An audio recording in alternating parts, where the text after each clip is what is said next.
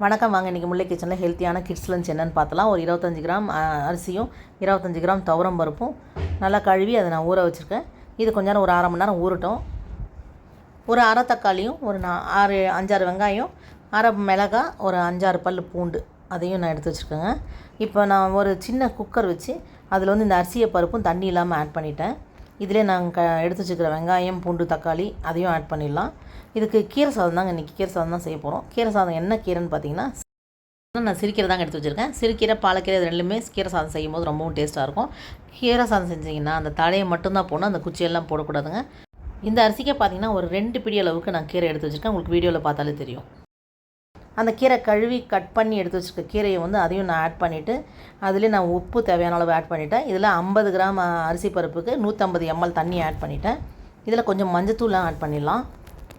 ஒரு 10 ml தண்ணி extra add பண்ணிட்டேன். இப்போ நம்ம அந்த மாதிரி ஆட் பண்ணும்பொழுது நமக்கு கொஞ்சம் தண்ணியாக இருந்தால் கூட நம்ம கொஞ்சம் நேரம் சிம்மில் வச்சு அதை கரெக்டான பக்குவத்துக்கு நம்மளால் கொண்டு வர முடியும். ரொம்பவும் கெட்டியாகிட்டால் நல்லா இருக்காது. அந்த குழன்னு நான் தளன்னு இருக்கும்பொழுது அந்த கீரை சாதம் சாப்பிட்றதுக்கே ரொம்பவும் டேஸ்ட்டாக இருக்கும்.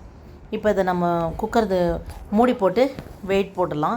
இப்போ இது பார்த்திங்கன்னா ஒரே ஒரு விசில் வர அளவுக்கு நம்ம சிம்மில் வச்சு எடுத்துடணும். அனல் ஏற்றி விட்டிங்கன்னா தண்ணி சுண்டிடும், அரிசி வேகாது. மறுபடியும் ஓப்பன் பண்ணி பார்க்கும்பொழுது பாருங்கள் கொஞ்சம் அந்த ஈரப்பதத்தோடு இருக்கும். இப்படி இந்த மாதிரி இருக்கும்பொழுது நம்ம சிம்மில் வச்சு இதை நல்லா இப்படி நம்ம கலக்கி விட்டோம்னா அந்த தக்காளி, வெங்காயம், பூண்டு எல்லாமே நல்லா மசிஞ்சு குழந்தைங்க சாப்பிட்றதுக்கு நல்லா சப்போர்ட்டிவாக இருக்கும்.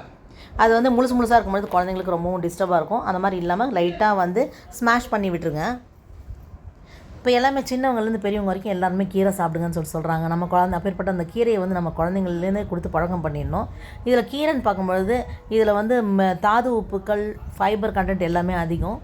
அதனால் நம்ம சின்ன பந்தே பழக்கம் பண்ணி விட்டுருணுங்க. இதில் நான் வந்து ஒரு 1/4 டீஸ்பூன் நெய்யை ஆட் பண்ணிடுறேன். நெய் இல்லைன்னா நாம் நல்லெண்ணெய் கூட சேர்த்துலாம். ரொம்பவுமே டேஸ்ட்டாக இருக்கும். இன்னும் மனம் சுவையும் கூடுதலாக இருக்கும். இங்கே பாருங்கள், நான் சிம்மில் வச்சு நம்ம இந்த மாதிரி கலக்கும் பொழுது நம்ம அந்த கீரை சாதம் கரெக்டான கன்சிஸ்டன்சி நமக்கு கிடைக்கும். அந்த தண்ணியாக இல்லாமல் கரெக்டான பக்குவத்தில் இருக்குது.